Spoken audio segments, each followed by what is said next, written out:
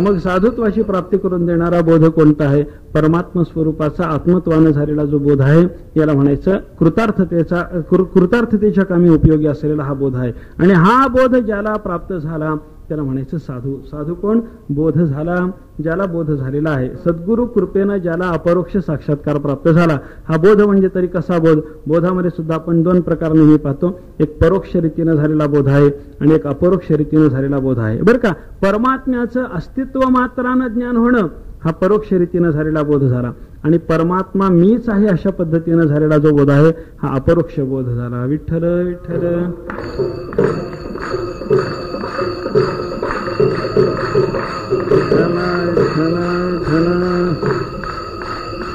विठ्ठल विठ्ठल विठ्ठल विठ्ठल. याच्यापैकी सुद्धा परोक्ष रीतीनं झालेला जो परमात्म्याचा बोध आहे हा बोध सुद्धा आपल्याला निरतिशय सुखाची प्राप्ती करून देणारा म्हणता येणार नाही. परमात्म्याच्या ठिकाणी असणारी जी आवरणाची भाषाशास्त्रानं सांगितलेली आहे आपल्याला त्याच्यापैकी केवळ असत्वापादक आवरणाची निवृत्ती करणे एवढा परोक्ष ज्ञानाचा अपरोक्ष बोधाचा परिणाम आपल्याला पाहायला सापडतो. बरं का, परमात्म स्वरूपाच्या ठिकाणी एक असत्वापादक आणि एक आभानापादक आवरण अविद्यानं निर्माण करून ठेवलेलं आहे असं चिंतन वेदांतामध्ये नेहमी येतं. बरं का, असत्वापादक आवरण याच्याने परमात्मा नाही अशा पद्धतीचा माणसाला भ्रम होतो. बरं का, आणि आभानापादक आवरणाने मी परमात्मा जाणत नाही, मला परमात्मा माहीत नाही अशा पद्धतीचा माणसाला भ्रम होत असतो. मग हे असत्वापादक आवरण जर जायचं असेल, परमात्मा नाही असं जर हे जर ज्ञान हे भ्रमात्मक ज्ञान जर निवृत्त व्हावं असं वाटत असेल तर त्याच्याकरता परोक्ष ज्ञानाचा उपयोग आहे. परोक्ष ज्ञानामध्ये परोक्ष ज्ञानाला उपयुक्त असलेल्या वेदवाक्यातून आपल्याला त्या अवांतर वाक्यातून फक्त परमात्म्याचं अस्तित्व मात्रानं ज्ञान करून दिलेलं असतं. बरं का, तुकोबारासारखे संत महात्मे सुद्धा असं अस्तित्व मात्रानं देवाचा बोध करतात. देव आहे, देव आहे, देव आहे, देव आहे, जवळी आम्हा अंतर बाहे, जवळी आम्हा अंतर बाहे.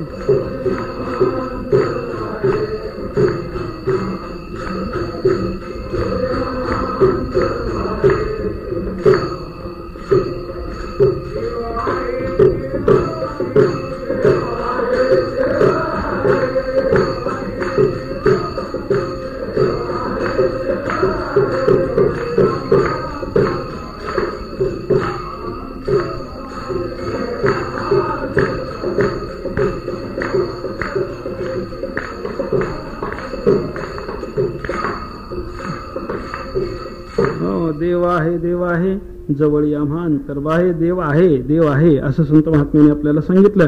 तेव्हा हे जे देवाचं अस्तित्व मात्राने करून दिलेलं ज्ञान आहे या संताच्या वचनाच्या ठिकाणी विश्वास ठेवून, आप्त वाक्यावर विश्वास ठेवून आपण हे देवाचं ज्ञान संपादन करू शकतो. पण हे ज्ञान कसं आहे? परोक्ष रीतीनं झालेलं ज्ञान आहे. बरं का, या परोक्ष रीतीनं झालेल्या ज्ञानाच्या योगानं कृतार्थता नाही. मग साधुत्वाची प्राप्ती आपल्याला कसं बोलता येईल? परोक्ष ज्ञानाने साधुत्व सिद्ध होत नाही. या साधुत्वाच्या सिद्धी करता त्याला अपरोक्ष साक्षात्कार पाहिजे. साधू बोध झाला. साधू कोणाला म्हणायचं? जो ज्याला बोध झालेला आहे. ज्याला बोध झाला म्हणजे परोक्ष बोध झाला तो साधू नाही, अपरोक्ष बोध झाला तो साधू. त्या अपरोक्ष बोधामध्ये सुद्धा आपल्याला दोन पद्धतीने चिंतन करता येतं. एक अदृढ अपरोक्ष बोध आहे आणि एक दृढ अपरोक्ष बोध आहे. मी परमात्मा असं संतांनी सांगितलेल्या महावाक्यावरून, शास्त्राने सांगितलेल्या महावाक्यावरून आपल्याला कळालं मी परमात्म रूप आहे. आपल्या परमात्म रूपतेचा साक्षात्कार झाल्यानंतर सुद्धा कदाचित एखाद्या काहीतरी पूर्वसंस्काराच्या योगानं त्याच्या ठिकाणी, त्या महात्म्याच्या ठिकाणी मी परमात्मा आहे हा बोध निर्माण झाल्यावरही मी देव कसा असू शकेन, मी देह आहे, मी इंद्रिय आहे अशी भावना निर्माण होणं शक्य आहे. बरं का, मी परमात्मा कसा असू शकेन ही आहे असंभावना. आणि मी परमात्मा नाहीच, मी देह इंद्रियच आहे ही आहे विपरीत भावना. या असंभावना, विपरीत भावना जोपर्यंत जाग्या आहेत तोपर्यंत तो बोध अपरोक्ष जरी असला तरी अदृढ आहे. विठ्ठल विठ्ठल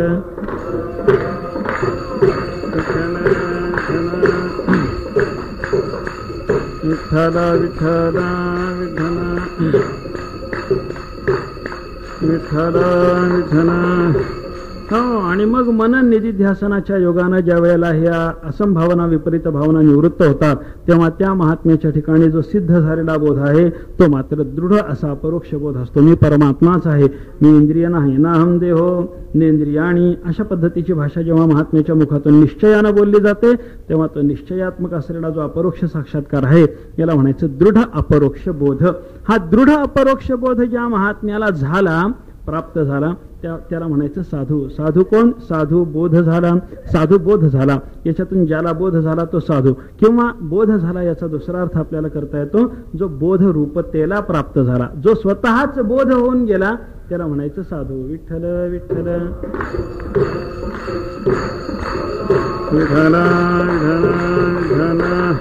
हा, कारण परमात्म्याचा अपरोक्ष साक्षात्कार झाल्याच्या नंतर तो परमात्म्याच्या पेक्षा वेगळा राहतच नाही बरं का. तत्वमसी वगैरे महावाक्यावरून त्या ब्रह्मसूत्राच्या फलाध्यायामध्ये 4थ्या अध्यायामध्ये अगदी शेवटी असं एक अधिकरण आहे पहा. त्या अधिकरणाचं नाव आहे अविभाग्येन दृष्टत्वाधिकरण. त्याच्यामध्ये विषय काय आहे? अविभाग्येन दृष्टत्वात, हे एकच सूत्र त्याच्यामध्ये आहे बरं का.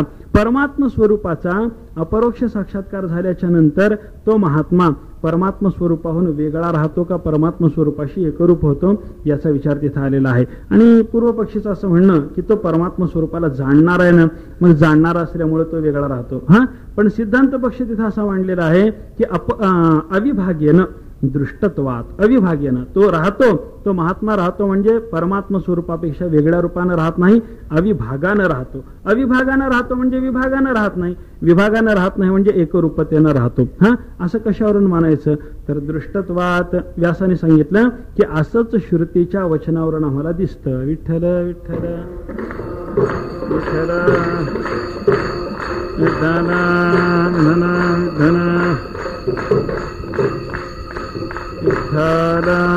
धन वेदातली वाक्य अशीच आहेत की नाही, ज्यानं परमात्मा स्वरूपाचा यथार्थ साक्षात्कार संपादन केला तो परमात्मा रूपतेला प्राप्त होतो. तत्वमसी अहम ब्रह्मास्मी ही महावाक्य काय सांगतात? मी ब्रह्मरूप आहे, मी परमात्मा स्वरूप आहे. अशाच पद्धतीचा बोध त्याच्यातून व्यक्त झालेला आहे. हे अविभागानं दर्शन आहे बरं का. श्रुतीच्या वचनातून अविभागाच परमात्मा स्वरूपाशी त्या अपरोक्ष साक्षात्कारी महात्म्याचा आपल्याला दिसतो. विठ्ठल विठ्ठल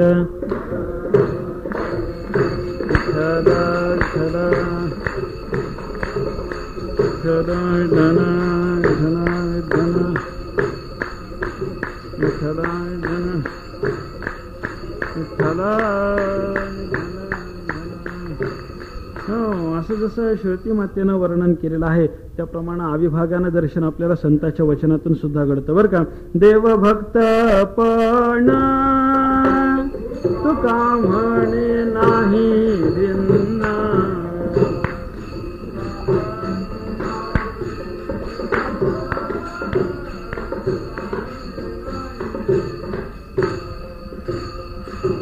देव भक्त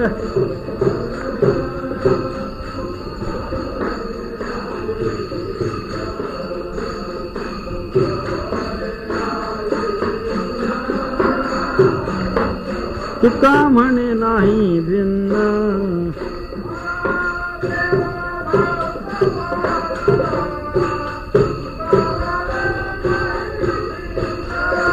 बस पुढे.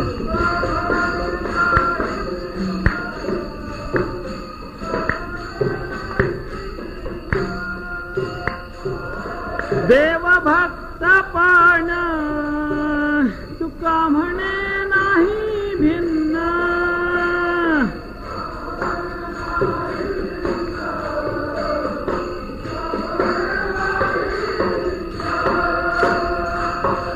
देव भक्तपण तुका म्हणे नाही भिन्न. तुकोबारायांनी सांगितलं देवपणा आणि भक्तपणा ह्याच्यामध्ये भेद नाही, म्हणजे जो भक्त तो देव, जो देव तो भक्त. अशा पद्धतीनं देवरूपतेला प्राप्त झालेला हा साधू महात्मा असतो. साधू बोध झाला म्हणजे ज्याला अपरोक्ष साक्षात्कार प्राप्त झाला, आणि त्या अपरोक्ष साक्षात्कारामुळे जो बोध रूपतेला प्राप्त झाला, जो स्वतःच बोधरूप होऊन गेला त्याला म्हणायचं संत महात्मा. कारण ब्रह्मैव नत्तु ब्रह्मवित असं शास्त्र सांगतं बरं का. तो ब्रह्मच आहे, त्याला ब्रह्मवेत्ता असं जे म्हणणं आहे की नाही हे सुद्धा गौण आहे. अशा पद्धतीची वर्णन आपल्याला अनेक ठिकाणी सांगायला पाहायला सापडतात. एकंदर नतु ब्रह्मवित्त याचा अर्थ काय आहे? तो ब्रह्मैव आहे. ब्रह्मैव आहे म्हणजे बोधरूप झालेला आहे. असा बोधरूप झालेला आहे त्याला म्हणायचं साधू. साधू बोध झाला. इथं ज्ञानोबारायांनी बोध झाला असं म्हणण्यातून ज्ञानाच्या ज्या 7 भूमिका सांगितलेल्या आहेत की नाही, त्या ज्ञानाच्या 7 भूमिकापैकी सत्वापत्य नावाची जी भूमिका आहे तिचं वर्णन केलं म्हणायला हरकत नाही. विठ्ठल विठ्ठल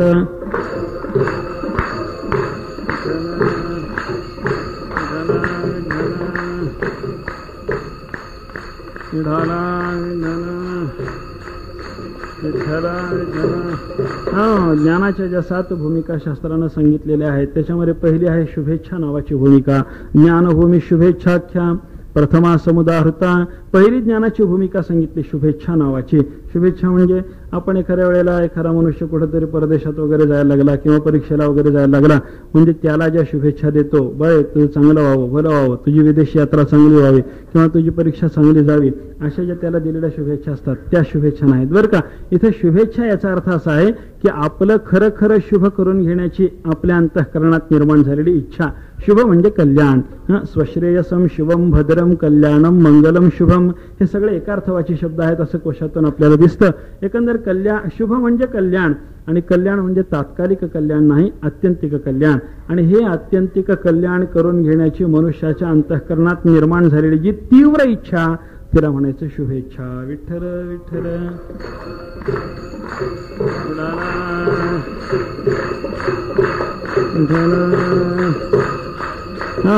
आणि ही शुभाची इच्छा म्हणजे परमात्म्याच्या प्राप्तीची इच्छा बरं का. देव भेटावा याच्या अंतःकरणामध्ये निर्माण झालेली जी तीव्र तळमळ आहे हीच शुभेच्छा आहे बरं का. भेटी लागी पंढरीनाथा लागी पंढरीनाथा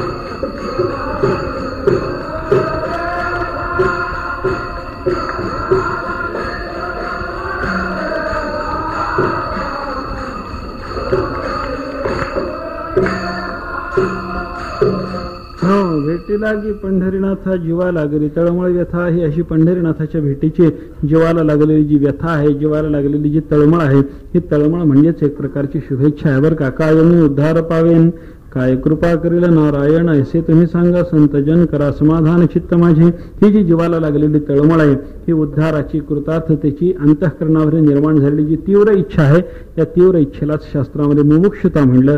आणि ही मुमुक्षुता म्हणजेच शुभेच्छा आहे बरं का. ही शुभेच्छा म्हणजे मुमुक्षुता. हे निर्माण कधी होते? विचाराच्या शास्त्रामध्ये आपल्याला पाहायला सापडतो.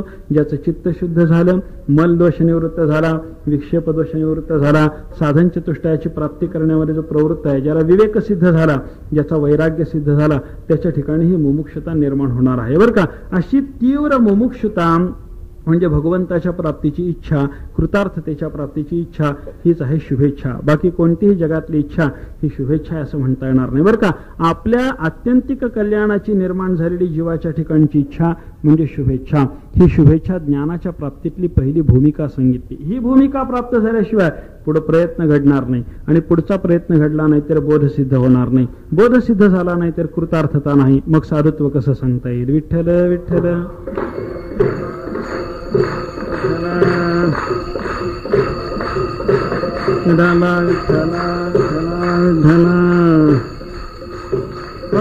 आणि मग ही शुभेच्छा शुभेच्छा निर्माण झाल्याच्या नंतरची दुसरी भूमिका सांगितली विचारणा, सुविचारणा.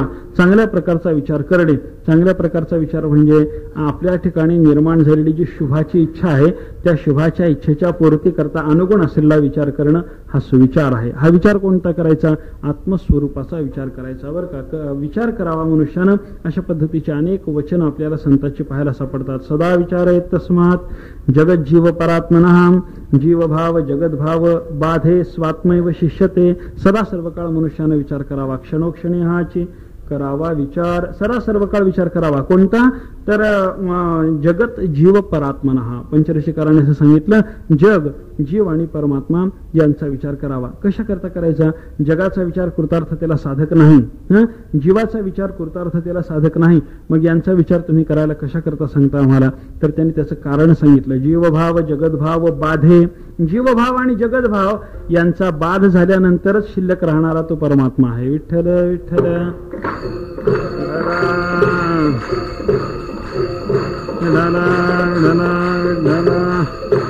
असं विचारा वाचून नपविजय समाधान ही स्थिती असल्यामुळं शास्त्राने असं सांगितलं की सुविचारणा ही दुसरी भूमिका आहे. सद्गुरूच्या जवळ जावं, त्यांच्या मुखातून वेदांताचं श्रवण करावं, शास्त्र श्रवण करावं आणि त्यांच्या मुखातून श्रवण केलेल्या भागाचं अखंड मनन करणे याला म्हणलं ही सुविचारणा आहे. विचार करीत राहिलं पाहिजे. भगवंताच्या साक्षात्काराकरता आपण जगाचा, जीवाचा, परमात्म्याचा असा सदा सर्व काळ विचार करणं ही सुविचारणा. शुभेच्छा निर्माण झाल्यानंतर सुविचारणा आवश्यक आहे. या सुविचारणेच्या नंतर मनुष्याला प्राप्त होणारी तिसरी ज्ञानभूमी सांगितली ती म्हणजे तनुमानसा. तनुमानसा म्हणजे अखंड भगवदाकार वृत्तीचा प्रवाह निर्माण होतो. बाह्य पदार्थाच्याकडे वृत्ती जेव्हा जायला तयार नसते तेव्हा ती अंतःकरणाला प्राप्त झालेली तनुता आहे. त्या दृष्टीनं त्या भूमिकेला तनुमानसा. सूक्ष्म मन ज्या अवस्थेमध्ये झालेलं आहे, विचाराच्या योगानं मन सूक्ष्म झालं आणि मन सूक्ष्म झालं की दृश्यते त्वग्रया बुद्ध्या. अग्रयुक्त बुद्धीला तो परमात्मा दिसू शकतो. अशी परमात्म दर्शनाकरता निर्माण झालेली अग्रयुक्त बुद्धीची भूमिका म्हणजेच तनुमानस आहे. विठ्ठल विठ्ठल विठ्ठल विठ्ठल विठ्ठल. आणि शुभेच्छा निर्माण झाल्यानंतर सुविचारणा झाली. सुविचारणेच्या नंतर निर्माण झालेली तनुमानसा या भूमीवर तो आरूढ झाला. तनुमानसा प्राप्त झाल्याच्या नंतर त्याची जी अग्रयुक्त झालेली बुद्धी आहे त्या अग्रयुक्त झालेल्या तीक्ष्ण झालेल्या बुद्धीला परमात्म्याचा आत्मत्वानं प्राप्त झालेला बोध आहे. यालाच म्हणतात सत्वापत्ती. सत्व म्हणजे परमात्म तत्व. त्या परमात्म तत्वाची आपत्ती म्हणजे प्राप्ती. बरं का, इथं आपती सांगितली. सत्व आपती. सत्वाची आपती म्हणजे प्राप्ती. सत्वाची म्हणजे परमात्म्याची, आपती म्हणजे प्राप्ती. ही प्राप्ती म्हणजेच बोध आहे. हा बोध ज्याला सिद्ध झाला म्हणजे सत्वापत्तीच्या भूमिकेवर जो आरूढ झाला त्याला म्हणायचं साधू. विठ्ठल विठ्ठल विठ्ठल विठ्ठल विठ्ठल विठ्ठल विठ्ठल विठ्ठल. आता हा महात्मा बोध झाला, परमात्म रूपतेला प्राप्त झाला. परमात्म रूपतेला प्राप्त झाला म्हणजे काय याच्याबद्दलचा विचार करत असताना त्या ब्रह्मसूत्राच्या फलाध्यायामध्ये एक ब्राह्माधिकरण आलेलं आहे. या ब्राह्माधिकरणामध्ये असा विचार आहे. एका आचार्याने असं म्हणलं, जैमिनी नावाचे आचार्य त्यांचं एक मत सांगितलं, औडुलमी नावाचे आचार्य त्यांचं एक मत सांगितलं आणि शेवटी बादरायणाचार्यांनी व्यासाने आपलं मत सांगितलेलं आहे. बरं का, आता बोध झाला, त्याला परमात्म तत्वाचा साक्षात्कार झाला. परमात्म तत्वाचा साक्षात्कार झाल्यानंतर त्याला जी ब्रह्मरूपता प्राप्त होणार आहे ही ब्रह्मरूपता प्राप्त होते म्हणजे परमात्म्याच्या ठिकाणी असणारे अपहत पापमत्व, सत्यकामत्व, सत्यसंकल्पत्व यांची सुद्धा त्याला प्राप्ती होते की काय असा विचार येतो. बरं का, त्याला सच्चिदानंद रूपता ज्याप्रमाणे प्राप्त होणार आहे त्याप्रमाणे त्याला सत्यसंकल्पत्व येतं का, सत्यकामत्व येतं का, अपहत पापमत्व येतं का याचा विचार त्या अधिकरणामध्ये आलेला आहे. बरं का, जैमिनी आचार्याचं असं म्हणणं आहे की त्याला ज्याप्रमाणे सच्चिदानंद रूपता प्राप्त होते त्याप्रमाणे सत्यसंकल्पता, सत्यकामता, अपहत पापमता या सगळ्याची सुद्धा त्याला प्राप्ती होते. विठ्ठल विठ्ठल विठ्ठल विठ्ठल विठ्ठल विठ्ठल विठ्ठल. पण औडुलोमी आचार्यांनी मात्र याच्या थोडंसं विरुद्ध मत सांगितलं. औडुलोमी आचार्य म्हणतात की त्याला अपहत पापमत्व, सत्यकामत्व, सत्यसंकल्पत्व यांची प्राप्ती होत नाही. त्याला ब्रह्मरूपता प्राप्त होते, ब्रह्माचं स्वरूप प्राप्त होतं असं शास्त्र म्हणतं की नाही. आणि अपहत पापमता हे ब्रह्माचं स्वरूप आहे काय? सत्य संकल्पता याच्यातून ब्रह्मरूपाची सिद्धी होणार आहे का? नाही, त्याला ब्रह्मरूपता प्राप्त होते असं सांगितलेलं असल्यामुळं औडुलोमी आचार्य म्हणतात की त्याला अपहत पापमता सिद्ध प्राप्त होत नाही. अपहत पापमतेमध्ये काय आहे? पापरहित अवस्था त्याची आहे असं वर्णन आहे. तो पापरहित आहे, ब्रह्म पापरहित आहे. या आत्मा अपहत पापमा असं श्रुतीनं वर्णन केलेलं आहे ब्रह्मस्वरूपाचं. तेव्हा तो अपहत पापमा आहे. इथं काय सांगितलं? पापरहित अवस्था म्हणजे इथं अभावाचं वर्णन केलेलं आहे बरं का.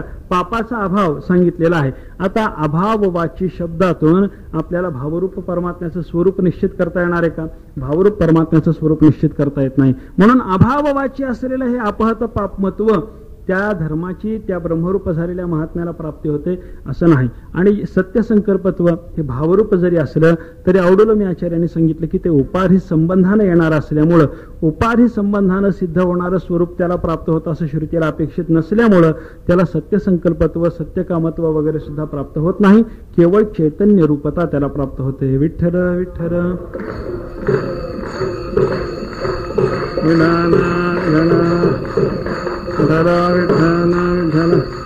आणि बादरायणाचार्याने म्हणजे व्यास महर्षीने मात्र सांगितलं की त्याला व्यवहार दृष्टीने जर विचार केला तर अपहत पापमत्व, सत्यसंकल्पत्व ही प्राप्त होतं.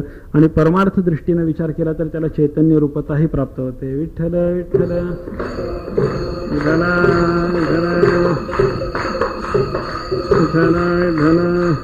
आणि व्यासाचा मागोवा घेणारे हे सगळे संत महात्मे, ज्ञानोबारासारखे संत महात्मे असल्यामुळं यांना सुद्धा बादरायणाचार्याचं मत मान्य आहे असं आपल्याला म्हणता येतं. संतांच्या वचनातून हे सिद्ध करता येतं. व्यवहार दृष्टीने संत महात्मा सत्यसंकल्प आहे, व्यवहार दृष्टीने संत महात्मा अपहत पापमा आहे, पापरहित अशी त्याची अवस्था आहे. तुका म्हणे आम्ही झालो अग्नी रूप,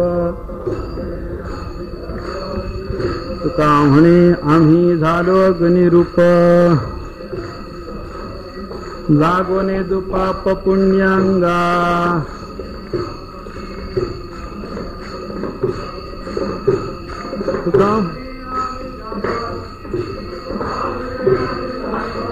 तुका म्हणे आम्ही झालो अग्निरूप,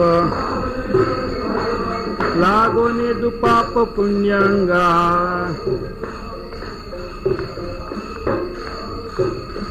इथं अपहत पापमत्व सांगितलेलं आहे की नाही. तुका म्हणे आम्ही झालो अग्निरूप, लागोनिदू पाप पुण्य अंगा, आम्ही अग्निरूप झालेले आहो, ज्ञानाग्निरूप आम्ही झालो. आणि ज्ञानाग्निरूप झालेले असल्यामुळं लागोनिदू पाप पुण्यांगा, पापाचा पुण्याचा संपर्क आम्ही आमच्या ठिकाणी, स्वरूपाच्या ठिकाणी येऊ देणार नाही. हे पापाचा संबंध येऊ देणार नाही, पाप अंगाला लागू देणार नाही. याचा अर्थ काय आहे? तो अपहत पापमत्व या भूमिकेला प्राप्त झालेला महात्मा आहे. अपहत पापमत्व त्याला प्राप्त झालं म्हणजे व्यवहार दृष्टीने जैमिनी आचार्याचं मत व्यासाने मान्य केलेलं आहे, तेच संतांनी मान्य केलं असं आपल्याला म्हणावं लागतं. तो महात्मा जसा अपहत पापमत्व वगैरे अभावरूप ब्रह्माच्या ठिकाणी असणाऱ्या गुणांनी, धर्माने संपन्न आहे, त्याप्रमाणे सत्यकामत्व, सत्यसंकल्पत्व, सामर्थ्य हे सुद्धा त्या साधू पुरुषाला प्राप्त आहे असं आपल्याला म्हणावं लागतं बरं का. त्याच्या मनामध्ये आलं की तो त्याचा संकल्प सिद्ध होतो. सत्य संकल्प, परमात्मा सत्य संकल्प का? त्याचा संकल्प कधीही खोटा होत नाही म्हणून त्याला म्हणायचं सत्य संकल्प. तसा साधूचा तरी संकल्प कधी खोटा झाला? संताच्या मनामध्ये जे आलं बरं का, तुका म्हणे आले समर्थाच्या मना तरी होय राणा रंक त्याचा, अशी स्थिती आहे की नाही. म्हणून साधू पुरुषाच्या जे मनाला येईल, म्हणजे साधू पुरुषाचा जसा संकल्प असेल तो संकल्प कधी खोटा ठरत नाही. म्हणून सत्य संकल्पत्वही संतांना प्राप्त आहे. विठ्ठल विठ्ठल.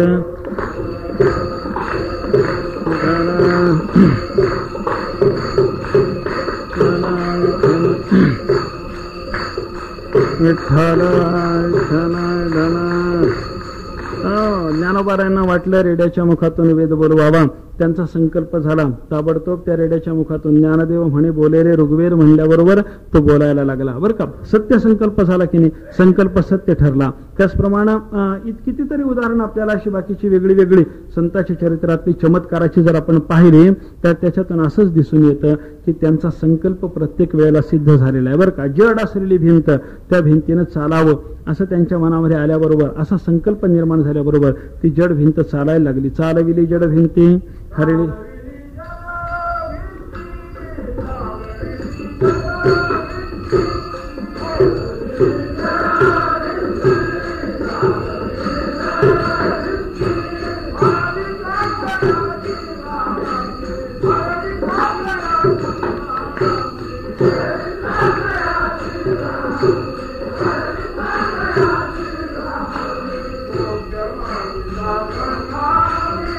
ज्ञानोबा माझा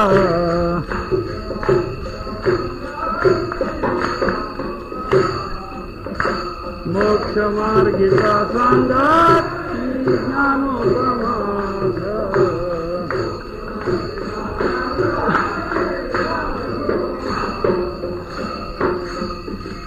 चालविली जड भिंती हरली चांगल्याची भ्रांती मोक्षमार्गीचा संगाती ज्ञानोबा माझा.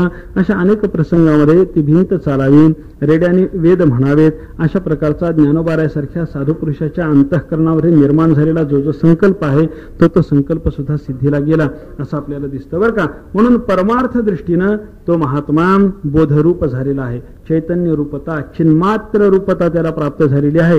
हे औडलोमी आचार्याचंही मत व्यासांनी मान्य केलं आणि व्यवहार दृष्टीनं त्याला अपहत पापमत्व वगैरे सुद्धा प्राप्त होतं. हे जैमिनी आचार्याचं ब्राह्म ऐश्वर्य, ब्रह्माच्या ठिकाणी असणारं ऐश्वर्य म्हणलं याला बरं का. अपहत पापमता, सत्यकामता, सत्य संकल्पता हे ब्राह्म ऐश्वर्य आहे. हे ब्राह्म ऐश्वर्य सुद्धा ब्रह्मरूपतेला प्राप्त झालेल्या त्या महात्म्याला प्राप्त होतं. आणि जीवनमुक्तीमध्ये हे सगळं आपल्याला मानावंच लागतं बरं का. जीवनमुक्तावस्था जोपर्यंत त्या महात्म्याची सिद्ध आहे तोपर्यंत तो अपहत पापमा आहे, तो सत्य संकल्प आहे असंच आपल्याला म्हणावं लागतं. जीवनमुक्ती मानली पाहिजे. श्रुतीवरून तसं आपल्याला दिसतं.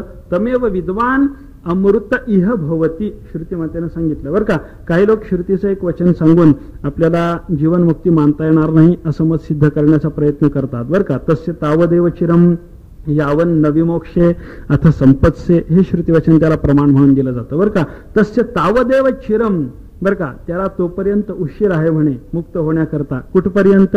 हा यावन तस्य तावदेव चिरम यावन विमोक्षे अथ संपत्से, शरीराचा विमोक्ष जोपर्यंत होत नाही तोपर्यंत त्याला मोक्षाकरता उशीर आहे. या वचनावरून असं म्हणतात की बाबा हे विदेह मुक्ती सांगणारं वचन आहे, म्हणजे विदेह मुक्ती हीच केवळ मुक्ती आहे. पण तसं नाही. स्थिती मात्र अशी आहे की आपल्याला जीवनमुक्ती सुद्धा मानावी लागते. श्रुतीनं वर्णन केलं, मी अगोदर प्रमाण सांगितलं, वेदाचं वचन सांगितलं, त्याच्यात असं सांगितलेलं आहे तमेव विद्वान अमृत इह भवती, त्या परमात्मा स्वरूपाला जाणणारा. इह म्हणजे इथे, इथे असताना म्हणजे या शरीरात असतानाच तो अमृतत्वाला म्हणजे मोक्षाला प्राप्त होतो. विठ्ठल विठ्ठल विठ्ठला.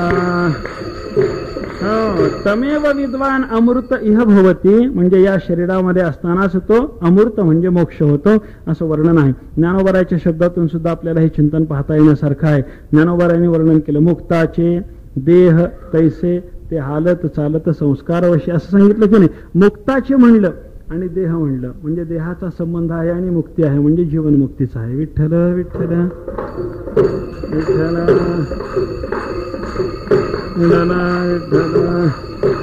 असा जीवनमुक्तीचा स्पष्ट रीतीने निर्देश करणारी अनेक वचन आहेत. जीवनमुक्तीची सूचना देणारी अशी संतांची शास्त्राची अनेक वचन आहेत. आणि ही जीवनमुक्ती जोपर्यंत त्या महात्म्याच्या ठिकाणी आहे, विदेह मुक्तीमध्ये ब्रह्मैश्वर्य त्याच्या ठिकाणी बोलता येणार नाही, केवळ चिन्मात्रताच बोलावी लागते. पण जीवनमुक्तीमध्ये ज्याप्रमाणे चिन्मात्र रूपता ही परमार्थ दृष्टीनं आहे त्याप्रमाणे व्यवहार दृष्टीनं ब्रह्मैश्वर्य सुद्धा त्या महात्म्याच्या ठिकाणी आहे असं म्हणावं लागतं. असा व्यवहार दृष्टीनं ब्रह्म ऐश्वर्य संपन्न असलेला आणि परमार्थ दृष्टीने चिन्मात्र रूपतेला प्राप्त झालेला तो साधू असतो. साधू बोध झाला म्हणजे ज्ञानरूपतेला प्राप्त झाला त्याला म्हणायचं साधू. आणि त्याला बोध झाल्याच्या नंतर मग नुरोनिया ठेला जो न उरता राहिलेला आहे. न उरता राहिला म्हणजे जीवदृष्टीनं न उरता जो राहिला. विठ्ठल विठ्ठल विठ्ठल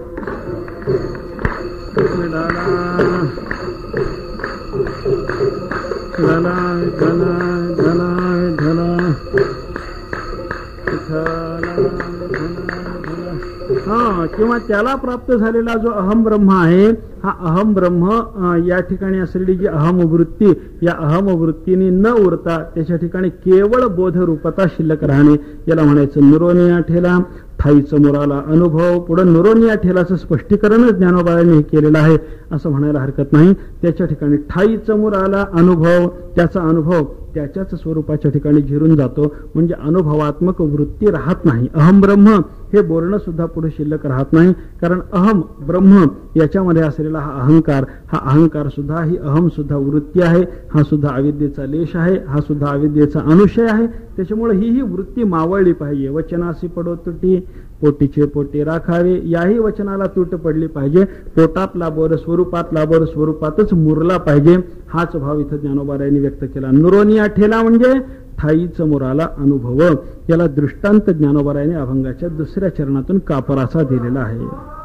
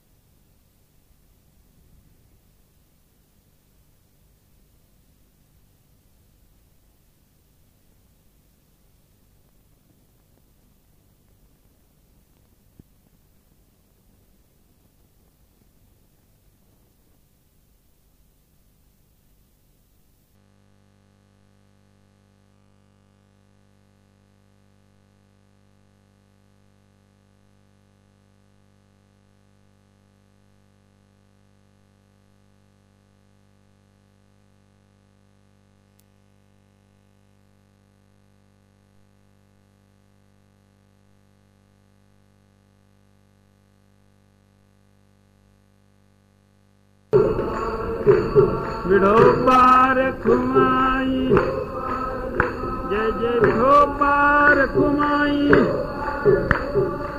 विठोबा रखुमाई, विठोबा रखुमाई, विठोबा रखुमाई, विठोबा रखुमाई, विठोबा रखुमाई, जय जय विठोबा रखुमाई, जय जय विठोबा रखुमाई, जय जय विठोबा रखुमाई, विठोबा रखुमाई, जय जय विठोबा रखुमाई. हरि हरि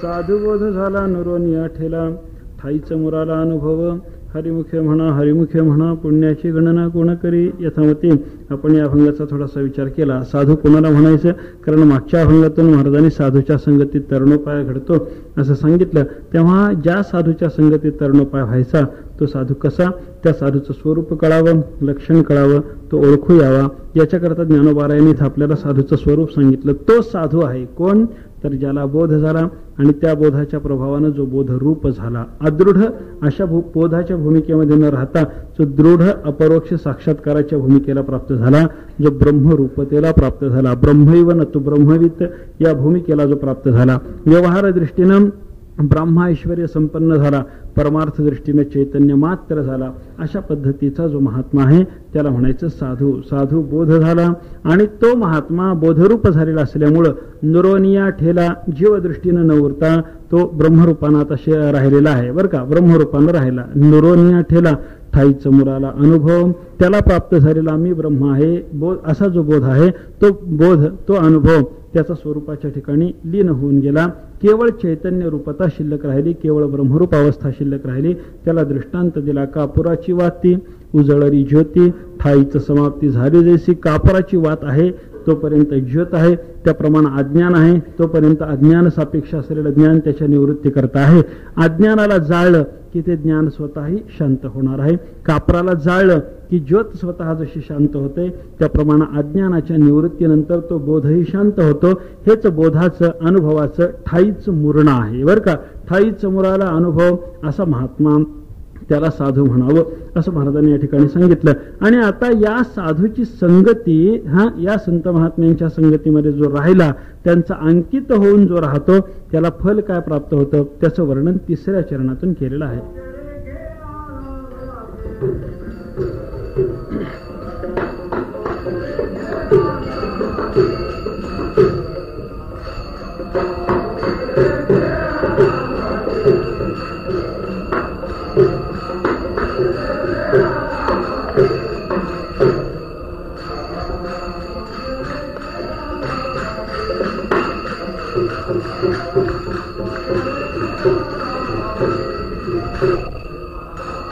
मोक्ष रेखे आला भाग्य नटला,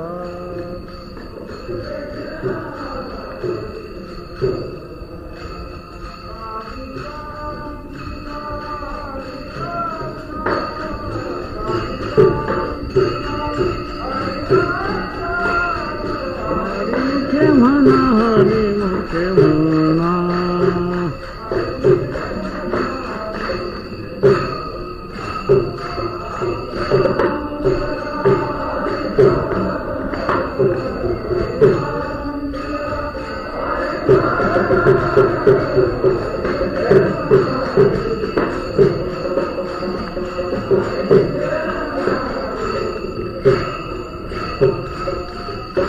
असा बोधरूपतेला प्राप्त झालेला महात्मा, त्याचा अंकित होऊन राहणारा, त्याच्या संगतीत राहणारा, त्याला प्राप्त होणाऱ्या फलाचं ज्ञानोबा इथं वर्णन करतात. मोक्ष रेख्याला भाग्य विनटला, साधूचा अंकिला हरिभक्त, अशा साधूचा अंकित होऊन राहणारा जो हरिभक्त आहे त्याला प्राप्त होणारे हे फल आहे असं म्हणा. किंवा असे बोधरूप झालेले असे जे हरिभक्त साधू आहेत त्या साधूचा जो अंकित होऊन राहतो त्याला हे फल प्राप्त होतं म्हणा.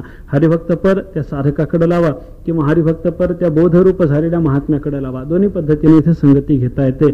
असा बोधरूप त्याला प्राप्त झालेला जो हरिभक्त महात्मा त्याचा अंकिला होऊन, त्या साधूचा अंकिला म्हणजे अंकित होऊन जो राहतो तो मोक्ष रेखेला, तो मोक्षाच्या रेखेच्या आत आला, म्हणजे मोक्षाच्या मर्यादेमध्ये आला, मोक्षाच्या शिवेत आला, मोक्षाच्या प्रांतात आला असा त्याचा अर्थ आहे बरं का. संसाराचा प्रांत त्याचा संपला, आता तो मोक्षाच्या रेषेत आला, मोक्ष रेखेला भाग्य विनटला.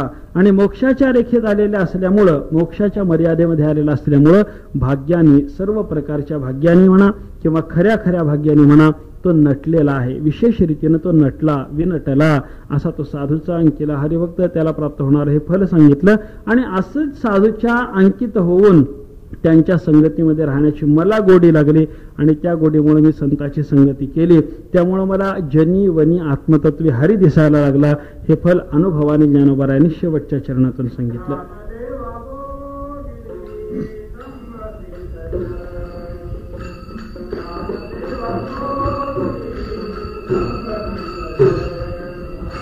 ज्ञानदेवा गोडी संगती सज्जनी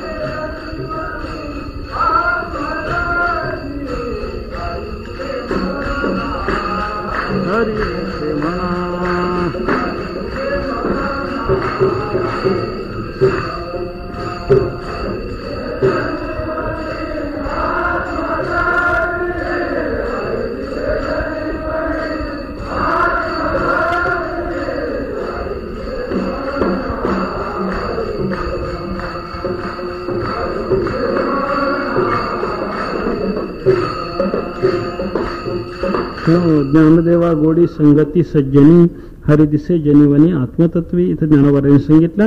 अशा बोधरूप असलेल्या महात्म्याच्या अंकित होऊन त्याच्या संगतीत राहणाऱ्याला जे प्राप्त होणारं फल आहे त्याचं वर्णन करून शेवटी अनुभवानं ज्ञानोबाराय सांगतात की अशा संताच्या संगतीची मला गोडी निर्माण झाली. ज्ञानदेवा गोडी, मला गोडी म्हणजे आवड आहे. कोणती? संगती सज्जनी, संताच्या संगतीची, सज्जनाच्या संगतीची मला गोडी आहे, आवड आहे. संताच्या संगतीत राहावं असं वाटतं आणि मनुष्यानं संताच्याच संगतीत राहावं. जो बोधरूप त्याला प्राप्त झालेला महात्मा आहे त्याची संगती करावी, त्याच्या संगतीमध्ये माणसानं राहावं बरं का. कारण संगतीचा परिणाम सांगताना बाळक्रीडेमध्ये तुकोबारांनी असं सांगितलंय पहा की पतन उद्धार संघाचा महिमा. पतन होणं हाही संघाचाच महिमा आहे, उद्धार होणं हाही संघाचाच महिमा आहे. म्हणून पतन करणारी संगती सोडा, उद्धार करणारी संगती धरा हे सांगताना तुकोबारायांनी सांगितलं. त्यजावे अधमा संत सेवी, अधमाची संगती सोडा, संत संगतीचं सेवन करा, संताची संगती करा. त्या संत संगतीची, उद्धाराला कारणीभूत असलेल्या संत संगतीची मला गोडी आहे. ज्ञानदेवा गोडी संगती सज्जनी, आणि या संताच्या संगतीची गोडी असल्यामुळं मी संताच्या संगतीत राहतो, आवडीनं राहतो, गोडीनं राहतो. आणि आवडीनं गोडीनं या संताच्या संगतीत राहिल्याचा परिणाम मला काय भोगायला मिळाला? ज्ञानोबारायाने सांगितलं, हरिदिसे जनी वनी आत्मतत्वी, सर्वत्र मला परमात्मा प्रतीती प्राप्त झाली. मी ब्रह्म आहे हा बोध तरी प्राप्त झालाच झाला. आत्मतत्वी हरी दिसतो याचा अर्थ मी ब्रह्म हा बोध प्राप्त झाला. आणि जनीवनी हरी दिसतो याचा अर्थ सर्वम खल्विदम ब्रह्म हा बोध प्राप्त झाला. विठ्ठल विठ्ठल.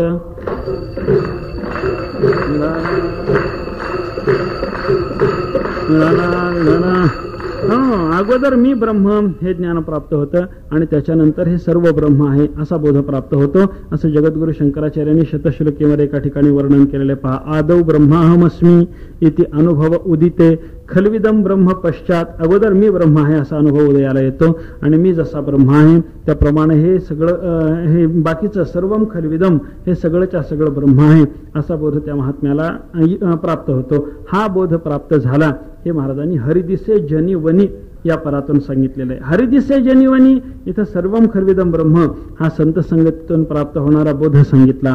आणि आत्मतत्वी हरिदिसे याच्यातून अहम ब्रह्म हा बोध संत संगतीमध्ये प्राप्त होतो याचं वर्णन ज्ञानोबारायांनी केलेलं आहे. अशी बोधरूप महात्म्याची संगती आपल्याला घडावी, ती संगती प्राप्त व्हावी, त्या संगतीतून मोक्षरेखेमध्ये येऊन भाग्यानं विनटणं घडावं, आत्मतत्वी जनी वनी हरी दिसावा.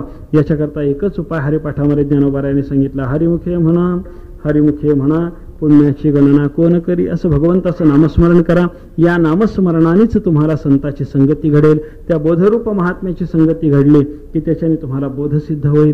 बोधसिद्ध झाला तुम्ही मोक्षाच्या मर्यादेत आला, म्हणजे मग भाग्यानं तुम्ही नटणार आहात आणि तुम्हाला जनी वनी आत्मतत्वी हरी दिसायला लागेल. असं नामस्मरणाचं महत्व सांगण्याकरता या हरिपाठ शास्त्राची प्रवृत्ती असल्यामुळं आपल्याला इथं अशी संगती लावून घ्यावी लागते. एकंदर साधू पुरुषाचं इथं वर्णन केलं आणि त्या संताच्या संगतीत राहिल्यामुळं, त्या संताच्या संगतीची आवड असल्यामुळं जनी वनी आत्मतत्वी हरी दिसायला लागला असं फळ प्राप्त झालं. हे अनुभवाने ज्ञानोबारायाने सांगितलेलं आहे. ज्ञानोबारायाला प्राप्त झालेला हा अनुभव ज्या महात्म्यांना प्राप्त झालेला होता अशाच महात्म्याची या ठिकाणी पुण्यतिथी चालू आहे बरं का. आमच्या मूळ पुरुषाची सद्गुरू गुंडा महाराजांची पुण्यतिथी असल्यामुळं अश्विन शुद्ध तृतीया हा त्यांचा पुण्यतिथीचा दिवस आहे. काल त्यांची पुण्यतिथी झाली, पण पुण्यतिथीच्या निमित्तानं चालू असलेला हा उत्सव असल्यामुळं बोधरूपतेला प्राप्त झालेल्या त्या महात्म्याचं संतांच्या शब्दातून आपण यथामती वर्णन केलं. आणि त्यांच्या ठिकाणी सुद्धा जनी वनी आत्मतत्वी हरी दिसे हा बोध बांधला होता असं त्यांच्या चरित्रातून दिसतं बरं का. कारण असं आहे, गुंडा महाराजांनी जेव्हा आपल्या सर्वस्वाचा त्याग केला, कुटुंबाचा वगैरे त्याग करून, म्हणजे संसाराचा त्याग करून सगळं घरदार वगैरे त्यांनी लुटवलं, तीर्थक्षेत्राची यात्रा केली आणि वेंगलोरच्या जवळ जे रामपूर नावाचं एक ठिकाण आहे, त्यांची तपश्चर्याची भूमी आहे, तिथे त्यांनी तपश्चर्या केली. 12 वर्ष केवळ कडुलिंबाचा पाला सेवन करून त्यांचं तप चाललं होतं, अखंड भजन चालू होतं. पण या कठोर तपाने सुद्धा जेव्हा परमात्मा त्यांना प्राप्त झाला नाही, भगवंताचा साक्षात्कार झाला नाही, मग त्यांनी मग हातामध्ये विणा चिपळ्या घेऊन भजनाला सुरुवात केली. 14 दिवस अहोरात्र त्यांचं भजन चाललं. त्या 14 दिवसाच्या कालावधीमध्ये त्यांना भजन चालू असताना परमात्म्याचा साक्षात्कार झाला. जे अभंग गात असताना त्यांना साक्षात्कार झाला तेच अभंग आम्ही परंपरेनं अजूनही म्हणतो, तेच चक्री भजन आहे आमचं बरं का. चक्री म्हणजे परमात्मा, त्या परमात्म्याचं असलेलं भजन. शंख, त्या भगवंताचं एक चक्री असं नाव विष्णू सहस्त्रनामामध्ये आलेलं आहे बरं का. शंखभृन नंदकी चक्री, त्या चक्रीचं हे भजन आहे, म्हणून याला चक्री भजन असं आम्ही म्हणतो बरं का. चक्राकार भ्रमण करीत केलेलं भजन म्हणून तरी चक्री भजन आहेच आहे, पण मुख्य त्याच्यातला भाव असा आहे की चक्री म्हणजे परमात्मा, त्याचं हे भजन आहे. चक्र धारण करणारा परमात्मा तो चक्री, आणि त्या चक्रीचं भजन ते चक्री भजन. या चक्री भजनामध्ये तुकोबारायाचे, नामदेवरायाचे आणि 2-3 गुंडा महाराजांचे अभंग आहेत. या अभंगाच्या गायनाने त्यांना परमात्मा साक्षात्कार झाला. आणि ते भजन चालू असताना सुद्धा वेगवेगळ्या रूपाने परमात्मा त्यांच्याकडे आला आणि त्या वेगळ्या वेगळ्या रूपात आलेल्या परमात्म्याला त्यांनी ओळखलं. म्हणजे हरिदिसे जनी वनी आत्मतत्वी अशी त्यांची स्थिती आहे बरं का. हे आपल्याला त्याच्यातून लक्षात घेण्यासारखं आहे. वाघाच्या रूपाने परमात्मा आला त्यांना खाण्याकरता म्हणून. वाघ जेव्हा भजन चालू असताना गुंडा महाराजांच्या अंगावर धावून आला तेव्हा त्यांच्या धर्मपत्नी तिथं होत्या, राजाई, त्या घाबरल्या. भगवंताची तिथं भगवान शंकराचं लिंग आहे, त्या शंकराची त्या प्रार्थना करायला लागल्या की या संकटातून देवा आम्हाला वाचव. पण गुंडा महाराजांनी त्या वाघाच्या रूपामध्ये आल्यानंतर सुद्धा परमात्म्याला या तुकोबाराच्या अभंगाने आळवले. पहा, काय तुझे भय कोण धरूप आहे, अशा पद्धतीनं तुकोबाराच्या अभंगातून ते म्हणायला लागले, देवा या रूपानं आलास म्हणून तुला कोण भीतो. एका उग्र चोराच्या रूपानं परमात्मा त्यांच्याकडे आला आणि त्यांना भेडसावण्याचा प्रयत्न केला. त्यांच्याजवळ जे काही भांडी कोंडी वगैरे होते ती सगळी घेऊन जाण्याचा प्रयत्न देवाने केला बरं का. त्याही रूपामध्ये गुंडा महाराजांनी त्या भगवंताला ओळखलं, त्याला नमस्कारच केला. सर्पाच्या रूपात तो परमात्मा आला, त्यालाही नमस्कार केला. आणि या सगळ्या वेगळ्या वेगळ्या रूपामध्ये परमात्म्याला जेव्हा त्यांनी ओळखलं तेव्हा मग परमात्मा त्यांच्या समोर सगुण रूपाने प्रगट झाला. आणि देवाने मग सांगितलं गुंडा महाराजांना की बाबा तुझ्याकडं या आत्तापर्यंत आलेल्या वेगळ्या वेगळ्या रूपानं मी चालू होतो, तू प्रत्येक रूपामध्ये मला ओळखत आलास, तुला खरा बोध सिद्ध झाला, असं देव बोलून गेला बरं का. म्हणजे हरिदिसे जनी वनी आत्मतत्वी हा बोध त्या महात्म्यांचा सिद्ध होता.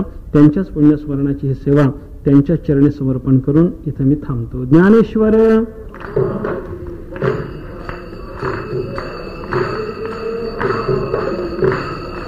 माऊली, ज्ञानेश्वर माऊली,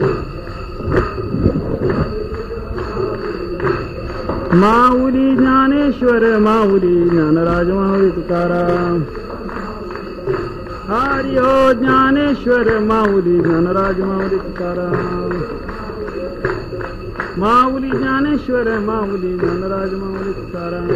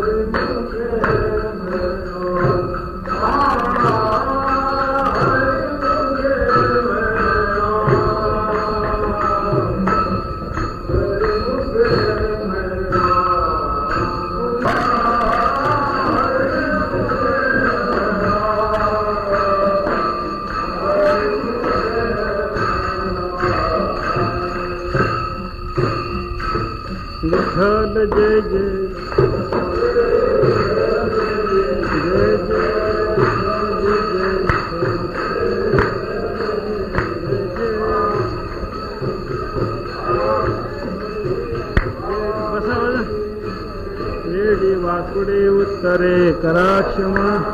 बसा बसा 2 मिनिट बसा तर झालंय. करा क्षमा पराधम ज्ञानेश्वरा राखा पायाते किंकरा.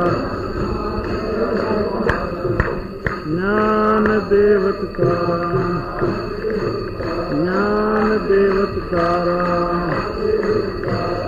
झाले समाधान तुमचे धरले सर्वाडी प्रपणे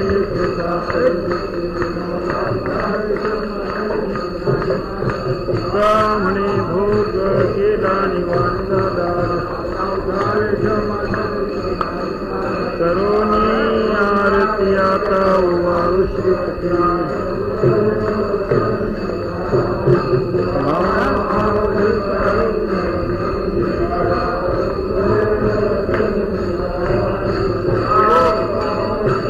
भाषण धरवरी सप्रेमारती गोरी गातो वाळती बाळा प्रौढाणी मुग्धा वाळती परमानंदा नाम म्हणे केशवासुदे तुम्ही राहिलो तटस्थे स्मरती ज्ञान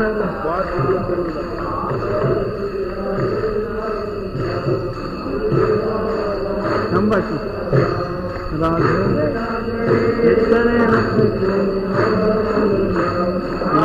ज्ञाने जासे साधुदंतर प्रगट गुह्य बोले विश्व ब्रह्मजी केले पायी टक्के सेविती साधू संत मनखला माझा आरती राम स्वामी सद्गुरु धाम तुकाराम राघवे सागरात भाषण करले स्वामी सद्गुरु धाम पिता करुणे श्री ब्रह्मा तपस्या रे चरणी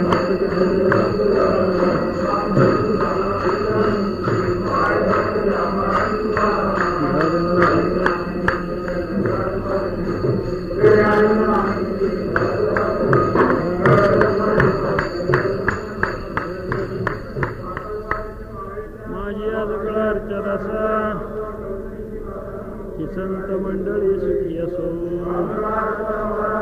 माझ्या विष्णुदासा भाविकासी ज्या मुख्य धान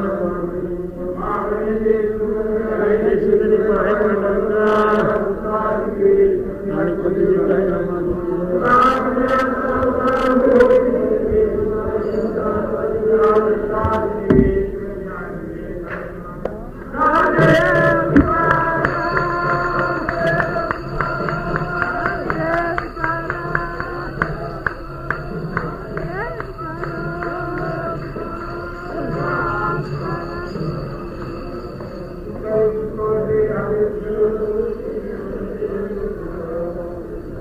गुरुवारी हरिभक्तपरायण धुंडा महाराज यांच्या कीर्तन प्रवचनाच्या कॅसेट मिळतील. हरिभक्तपरायण किसन महाराज साखरे यांच्या कीर्तन प्रवचनाच्या कॅसेट मिळण्याचे पंढरपुरातील एकमेव ठिकाण Bharati sound service, Kalikadevi road, Pandharpur. आमच्याकडे गुरुवारी हरिभक्तपरायण धुंडा महाराज यांच्या ज्ञानेश्वरीवरील प्रवचनाच्या व कीर्तनाच्या कॅसेट मिळतील. कॅसेट मिळण्याचे पंढरपुरातील एकमेव ठिकाण Bharati sound service, Kalikadevi road, Pandharpur. हरिभक्तपरायण किसन महाराज साखरे यांच्या कीर्तन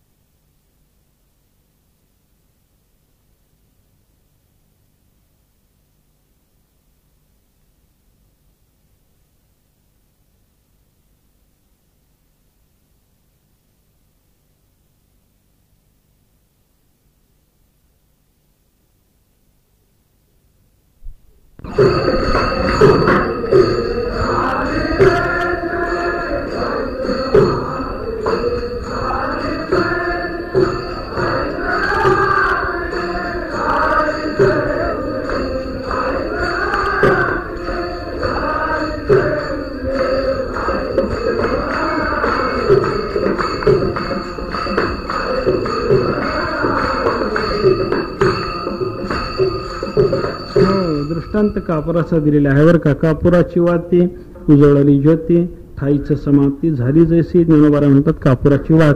कापुराची वात काय, कापुराची वडी काय, एकच अर्थ आहे बरं का. आता आपल्याला वात मिळत नसली तरी कापुराची वडी असं त्या वडीला उद्देशूनच कापुराची वात असं म्हणायला हरकत नाही. कापुराची वाती उजळली ज्योती, तिथे ज्योती उजळली, त्या कापुराच्या वातीने ज्योत उजळली म्हणजे अग्नीचा त्या कापुराच्या वडीशी संबंध घडवला. मग ठाईचं समाप्ती झाली जैसे, मग त्या कापुराच्या वातीचा अग्नीशी संपर्क घडल्याच्या नंतर ती ज्योत निर्माण होते. ती ज्योत कुठपर्यंत आहे, जोपर्यंत कापुराची वात आहे तोपर्यंत ती ज्योत आहे. आणि कापूर संपला की ठाईचं समाप्ती झाली जैसी, कापूर संपल्याबरोबर त्या ज्योतीची सुद्धा समाप्ती होऊन जाते. तसंच आहे बरं का. अज्ञानाच्या निवृत्ती करता म्हणून हा अपरोक्ष साक्षात्कार रूपी बोध येतो. आणि हा बोध कुठपर्यंत राहतो, अहम या रूपाने असलेला सूक्ष्म अज्ञानाचा जो अनुशय आहे तो असेपर्यंत, त्याची निवृत्ती होईपर्यंत, बाकीच्या अज्ञानाची सगळ्या निवृत्ती होईपर्यंत, विपरीत ज्ञानाच्या स्वरूपाचं अज्ञान निवृत्त होईपर्यंत हे अहम ब्रह्म या स्वरूपाच्या ज्ञानाची ज्योत राहते. कापराच्या ठिकाणी बाकीचा सगळा विपरीत बोध घ्या आणि ज्योतीच्या ठिकाणी अपरोक्ष साक्षात्कार रूपी बोध घ्या. अपरोक्ष साक्षात्कार कुठपर्यंत राहणार, कापूर असेपर्यंत ज्याप्रमाणे ज्योत राहणार आहे त्याप्रमाणे भ्रम असेपर्यंत ही परमात्मक असलेली बोधाची वृत्ती राहणार आहे. कापूर संपला की जशी ज्योतीची समाप्ती होणार आहे त्याप्रमाणे आपल्या ठिकाणी असलेल्या विपरीत बोधाची शांती झाली म्हणजे अविद्येची शांती झाली की या अविद्येच्या शांतीच्या नंतर बोधाची ही शांती होणारच आहे. विठ्ठल विठ्ठल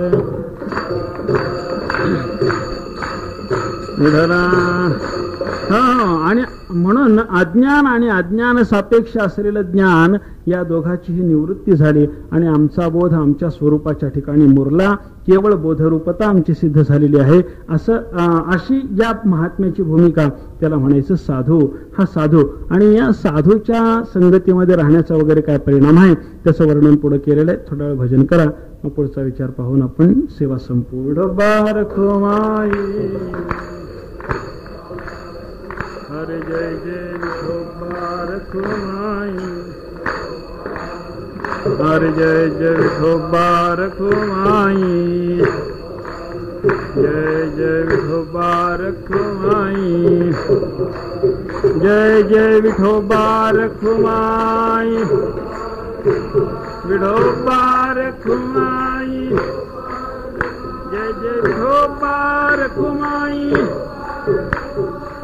विठोबार खुमाई, विठोबार खुमाई, विठोबार खुमाई, विठोबार खुमाई, विठोबार खुमाई, जय जय विठोबार खुमाई, जय जय विठोबार खुमाई, जय जय विठोबार खुमाई, विठोबार खुमाई, जय जय विठोबार खुमाई.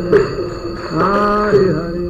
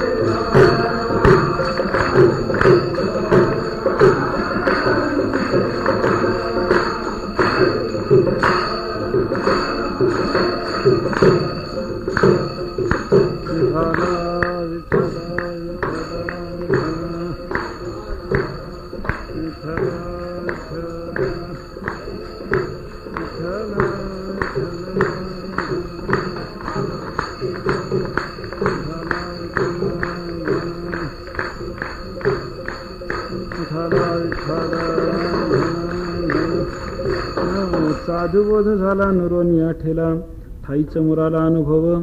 हरिमुखे म्हणा पुण्याची गणना कोण करी. यथामती आपण या अभंगाचा थोडासा विचार केला. साधू कोणाला म्हणायचं, कारण मागच्या अभंगातून महाराजांनी साधूच्या संगतीत तरुणोपाय घडतो असं सांगितलं. तेव्हा ज्या साधूच्या संगतीत तरुणोपाय व्हायचा तो साधू कसा, त्या साधूचं स्वरूप कळावं, लक्षण कळावं, तो ओळखू यावा, याच्याकरता ज्ञानोबारायांनी इथं आपल्याला साधूचं स्वरूप सांगितलं. तो साधू आहे कोण, तर ज्याला बोध झाला आणि त्या बोधाच्या प्रभावानं जो बोधरूप झाला, अदृढ अशा बोधाच्या भूमिकेमध्ये न राहता जो दृढ अपरोक्ष साक्षात्काराच्या भूमिकेला प्राप्त झाला, जो ब्रह्मरूपतेला प्राप्त झाला, ब्रह्मैव न तु ब्रह्मवित या भूमिकेला जो प्राप्त झाला, व्यवहार दृष्टीनं ब्रह्मा ऐश्वर्य संपन्न झाला, परमार्थ दृष्टीने चैतन्य मात्र झाला, अशा पद्धतीचा जो महात्मा आहे त्याला म्हणायचं साधू. साधू बोध झाला आणि तो महात्मा बोधरूप झालेला असल्यामुळं नुरोनिया ठेला, जीवदृष्टीनं न उरता तो ब्रह्मरूपानं आता राहिलेला आहे बरं का, ब्रह्मरूपानं राहिला. नुरोनिया ठेला,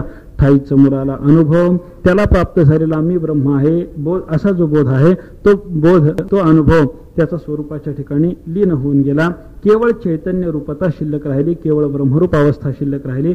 त्याला दृष्टांत दिला, कापुराची वाती उजळरी ज्योती, ठाईच समाप्ती झाली जैसी. कापुराची वात आहे तोपर्यंत ज्योत आहे, त्याप्रमाणे अज्ञान आहे तोपर्यंत अज्ञान सापेक्ष असलेलं ज्ञान त्याच्या निवृत्ती करता आहे. अज्ञानाला जाळलं की ते ज्ञान स्वतःही शांत होणार आहे. कापराला जाळलं की ज्योत स्वतः जशी शांत होते त्याप्रमाणे अज्ञानाच्या निवृत्तीनंतर तो बोधही शांत होतो. हेच बोधाचं अनुभवाचं ठाईच मुरणं आहे बरं का. ठाईच मुराला अनुभव असा महात्मा, त्याला साधू म्हणावं असं महाराजांनी या ठिकाणी सांगितलं. आणि आता या साधूची संगती या संत महात्म्यांच्या संगतीमध्ये जो राहिला, त्यांचा अंकित होऊन जो राहतो त्याला फल काय प्राप्त होतं त्याचं वर्णन 3ऱ्या चरणातून केलेलं आहे.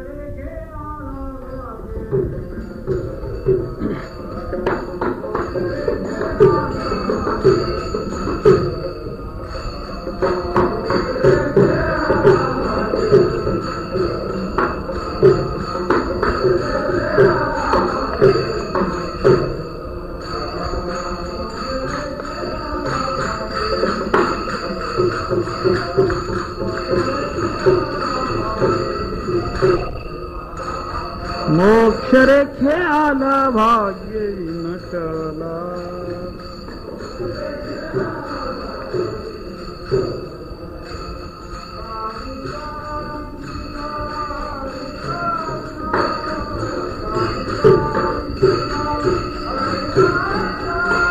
हरिमुखे म्हणा हरिमुखे म्हणा.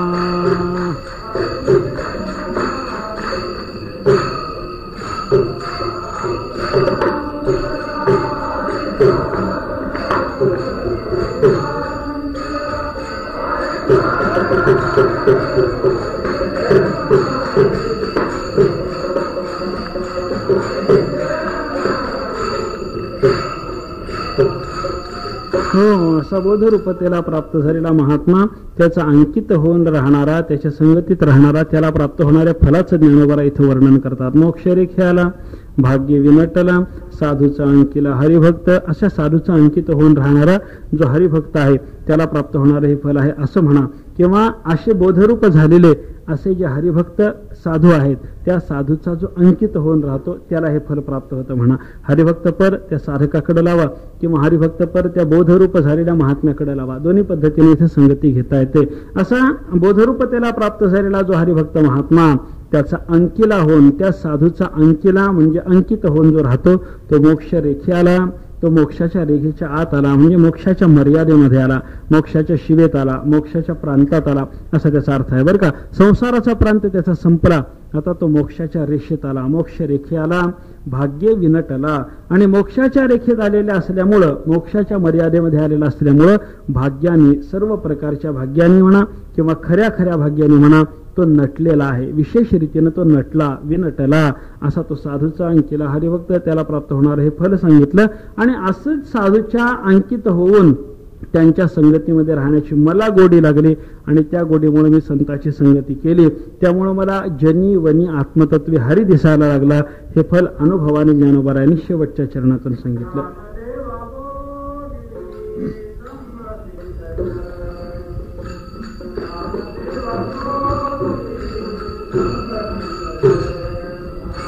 ज्ञानदेवा संगती सज्जनी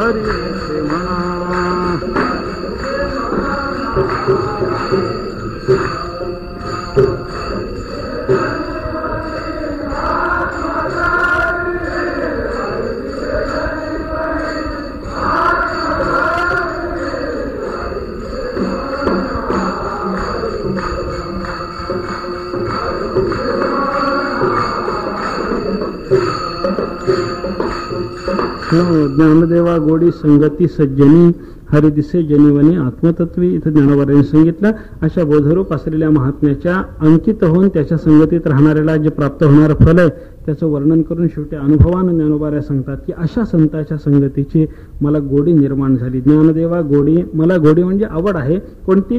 संगती सज्जनी, संतांच्या संगतीची, सज्जनाच्या संगतीची मला गोडी आहे, आवड आहे. संतांच्या संगतीत राहावं असं वाटतं आणि मनुष्यानं संतांच्याच संगतीत राहावं. जो बोधरूप त्याला प्राप्त झालेला महात्मा आहे त्याची संगती करावी, त्याच्या संगतीमध्ये माणसानं राहावं बरं का. कारण संगतीचा परिणाम सांगताना बाळक्रीडेमध्ये तुकोबारांनी असं सांगितलंय पहा की पतन उद्धार संघाचा महिमा. पतन होणं हाही संघाचाच महिमा आहे, उद्धार होणं हाही संघाचाच महिमा आहे. म्हणून पतन करणारी संगती सोडा, उद्धार करणारी संगती धरा. हे सांगताना तुकोबारांनी सांगितलं त्यजावे अधमा संत सेवी. अधमाची संगती सोडा, संत संगतीचं सेवन करा, संताची संगती करा. त्या संत संगतीची, उद्धाराला कारणीभूत असलेल्या संत संगतीची मला गोडी आहे. ज्ञानदेवा गोडी संगती सज्जनी. आणि या संतांच्या संगतीची गोडी असल्यामुळं मी संतांच्या संगतीत राहतो, आवडीनं राहतो, गोडीनं राहतो. आणि आवडीनं गोडीनं या संतांच्या संगतीत राहिल्याचा परिणाम मला काय भोगायला मिळाला? ज्ञानोबारायनं सांगितलं हरिदिसे जनी वनी आत्मतत्वी. सर्वत्र मला परमात्मा प्रतीती प्राप्त झाली. मी ब्रह्म आहे हा बोध तरी प्राप्त झालाच झाला. आत्मतत्वी हरी दिसतो याचा अर्थ मी ब्रह्म हा बोध प्राप्त झाला. आणि जनीवनी हरी दिसतो याचा अर्थ सर्वम खल्विदम ब्रह्म हा बोध प्राप्त झाला. विठ्ठल विठ्ठल.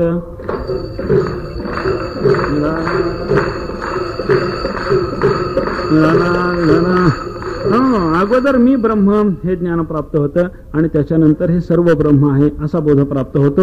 असं जगद्गुरु शंकराचार्यांनी शतश्लोकीमध्ये एका ठिकाणी वर्णन केलेले पहा. आदौ ब्रह्माहमस्मी इति अनुभव उदिते खल्विदम ब्रह्म पश्चात. अगोदर मी ब्रह्म आहे असा अनुभव उदयाला येतो आणि मी जसा ब्रह्म आहे त्याप्रमाणे हे सगळं, हे बाकीचं सर्वम खल्विदम हे सगळंच्या सगळं ब्रह्म आहे असा बोध त्या महात्म्याला प्राप्त होतो. हा बोध प्राप्त झाला हे महाराजांनी हरिदिसे जनी वनी या परातून सांगितलेलं आहे. हरिदिसे जनी वनी इथं सर्वम खल्विदम ब्रह्म हा संत संगतीतून प्राप्त होणारा बोध सांगितला. आणि आत्मतत्वी हरिदिसे याच्यातून अहम ब्रह्म हा बोध संत संगतीमध्ये प्राप्त होतो याचं वर्णन ज्ञानोबारायांनी केलेलं आहे. अशी बोधरूप महात्म्याची संगती आपल्याला घडावी, ती संगती प्राप्त व्हावी, त्या संगतीतून मोक्षरेखेमध्ये येऊन भाग्यानं विनटणं घडावं, आत्मतत्वी जनी वनी हरी दिसावा. याच्याकरता एकच उपाय हरिपाठामध्ये ज्ञानोबारायांनी सांगितला. हरिमुखे म्हणा, हरिमुखे म्हणा पुण्याची गणना कोण करी. असं भगवंताचं नामस्मरण करा. या नामस्मरणानेच तुम्हाला संताची संगती घडेल. त्या बोधरूप महात्म्याची संगती घडली की त्याच्याने तुम्हाला बोधसिद्ध होईल. बोधसिद्ध झाला तुम्ही मोक्षाच्या मर्यादेत आला म्हणजे मग भाग्यानं तुम्ही नटणार आहात आणि तुम्हाला जनी वनी आत्मतत्वी हरी दिसायला लागेल. असं नामस्मरणाचं महत्व सांगण्याकरता या हरिपाठ शास्त्राची प्रवृत्ती असल्यामुळं आपल्याला इथं अशी संगती लावून घ्यावी लागते. एकंदर साधू पुरुषाचं इथं वर्णन केलं आणि त्या संताच्या संगतीत राहिल्यामुळं, त्या संताच्या संगतीची आवड असल्यामुळं जनी वनी आत्मतत्वी हरी दिसायला लागला, असं फळ प्राप्त झालं. हे अनुभवाने ज्ञानोबारायाने सांगितलेलं आहे. ज्ञानोबारायाला प्राप्त झालेला हा अनुभव ज्या महात्म्यांना प्राप्त झालेला होता, अशाच महात्म्याची या ठिकाणी पुण्यतिथी चालू आहे बरं का. आमच्या मूळ पुरुषाची सद्गुरू गुंडा महाराजांची पुण्यतिथी असल्यामुळं अश्विन शुद्ध तृतीया हा त्यांचा पुण्यतिथीचा दिवस आहे. काल त्यांची पुण्यतिथी झाली, पण पुण्यतिथीच्या निमित्तानं चालू असलेला हा उत्सव असल्यामुळं बोधरूप त्याला प्राप्त झालेल्या त्या महात्म्याचं संतांच्या शब्दातून आपण यथामती वर्णन केलं. आणि त्यांच्या ठिकाणी सुद्धा जनी वनी आत्मतत्वी हरी दिसे हा बोध बांधला होता, असं त्यांच्या चरित्रातून दिसतं बरं का. कारण असं आहे, गुंडा महाराजांनी जेव्हा आपल्या सर्वस्वाचा त्याग केला, कुटुंबाचा वगैरे त्याग करून, म्हणजे संसाराचा त्याग करून सगळं घरदार वगैरे त्यांनी लुटवलं, तीर्थक्षेत्राची यात्रा केली आणि रेग्युलरच्या जवळ जे रामपूर नावाचं एक ठिकाण आहे, त्यांची तपश्चर्याची भूमी आहे, तिथं त्यांनी तपश्चर्या केली. 12 वर्ष केवळ कडुलिंबाचा पाला सेवन करून त्यांचं तप चाललं होतं, अखंड भजन चालू होतं. पण या कठोर तपाने सुद्धा जेव्हा परमात्मा त्यांना प्राप्त झाला नाही, भगवंताचा साक्षात्कार झाला नाही, मग त्यांनी मग हातामध्ये विणा चिपळ्या घेऊन भजनाला सुरुवात केली. 14 दिवस अहोरात्र त्यांचं भजन चाललं. त्या 14 दिवसाच्या कालावधीमध्ये त्यांना भजन चालू असताना परमात्म्याचा साक्षात्कार झाला. जे अभंग गात असताना त्यांना साक्षात्कार झाला तेच अभंग आम्ही परंपरेनं अजूनही म्हणतो, तेच चक्री भजन आहे आमचं बरं का. चक्री म्हणजे परमात्मा, त्या परमात्म्याचं असलेलं भजन. शंख, त्या भगवंताचं एक चक्री असं नाव विष्णू सहस्त्रनामामध्ये आलेलं आहे बरं का. शंखभरून नंदकी चक्री, त्या चक्रीचं हे भजन आहे, म्हणून याला चक्री भजन असं आम्ही म्हणतो बरं का. चक्राकार भ्रमण करीत केलेलं भजन म्हणून तरी चक्री भजन आहेच आहे, पण मुख्य त्याच्यातला भाव असा आहे की चक्री म्हणजे परमात्मा, त्याचं हे भजन आहे. चक्र धारण करणारा परमात्मा तो चक्री, आणि त्या चक्रीचं भजन ते चक्री भजन. या चक्री भजनामध्ये तुकोबारायाचे, नामदेवरायाचे आणि 2-3 गुंडा महाराजांचे अभंग आहेत. या अभंगाच्या गायनाने त्यांना परमात्मा साक्षात्कार झाला. आणि ते भजन चालू असताना सुद्धा वेगवेगळ्या रूपाने परमात्मा त्यांच्याकडे आला आणि त्या वेगळ्या वेगळ्या रूपात आलेल्या परमात्म्याला त्यांनी ओळखलं. म्हणजे हरिदिसे जनी वनी आत्मतत्वी अशी त्यांची स्थिती आहे बरं का. हे आपल्याला त्याच्यातून लक्षात घेण्यासारखं आहे. वाघाच्या रूपाने परमात्मा आला त्यांना खाण्याकरता म्हणून. वाघ जेव्हा भजन चालू असताना गुंडा महाराजांच्या अंगावर धावून आला, तेव्हा त्यांच्या धर्मपत्नी तिथं होत्या, राजाई. त्या घाबरल्या. भगवंताची तिथं भगवान शंकराचं लिंग आहे, त्या शंकराची त्या प्रार्थना करायला लागल्या की या संकटातून देवा आम्हाला वाचव.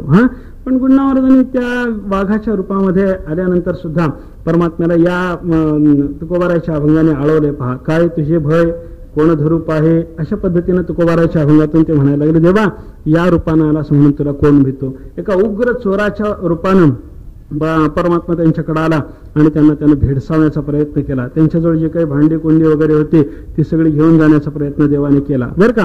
त्याही रूपामध्ये गुंडा महाराजांनी त्या भगवंताला ओळखलं, त्याला नमस्कारच केला. सर्पाच्या रूपात तो परमात्मा आला, त्यालाही नमस्कार केला. आणि या सगळ्या वेगळ्या वेगळ्या रूपामध्ये परमात्म्याला जेव्हा त्यांनी ओळखलं, तेव्हा मग परमात्मा त्यांच्या समोर सगुण रूपाने प्रगट झाला.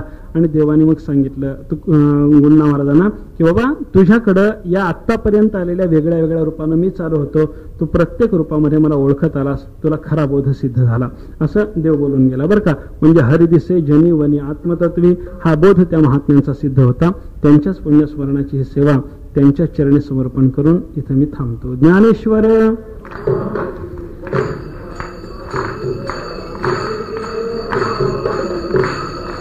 माऊली, ज्ञानेश्वर माऊली, माऊली ज्ञानेश्वर माऊली, ज्ञानराज माऊली तुकाराम. हरि हो ज्ञानेश्वर माऊली, ज्ञानराज माऊली तुकाराम. माऊली ज्ञानेश्वर माऊली, ज्ञानराज माऊली तुकाराम.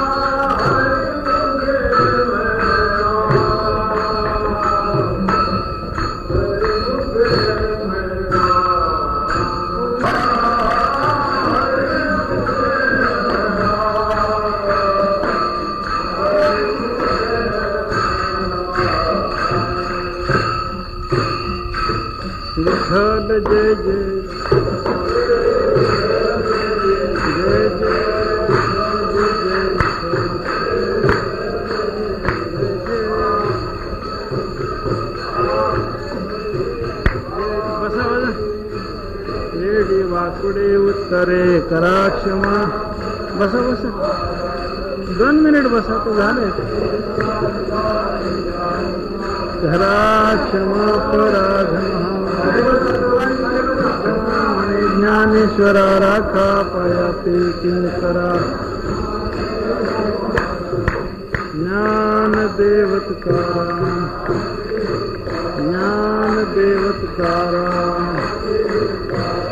झाले समाधान तुमचे धरले सर्वाडी प्रपणे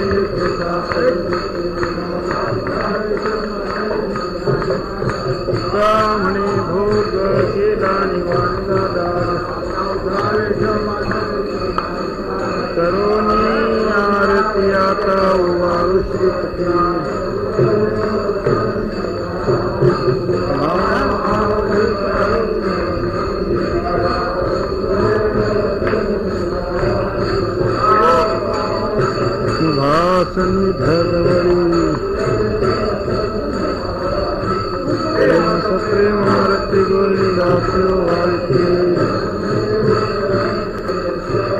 बाळा प्रौढा आणि मुग्धा वाळती परमानंदा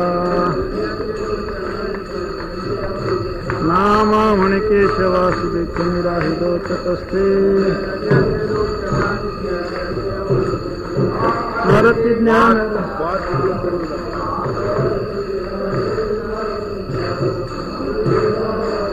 थांबायची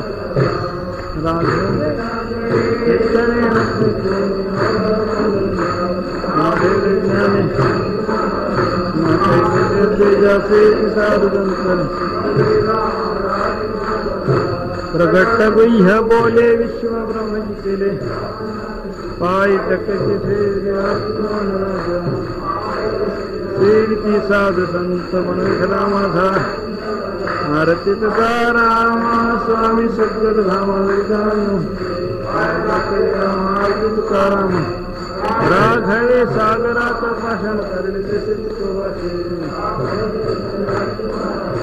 स्वामी सद्गुरु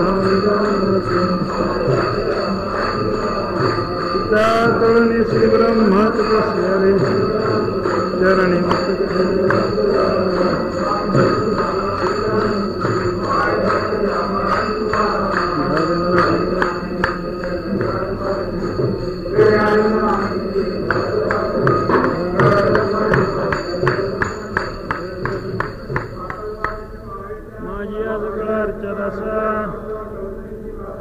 संत मंडळी सुखी असो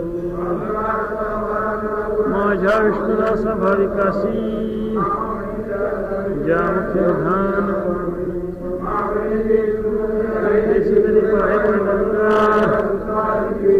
आणि कधी काय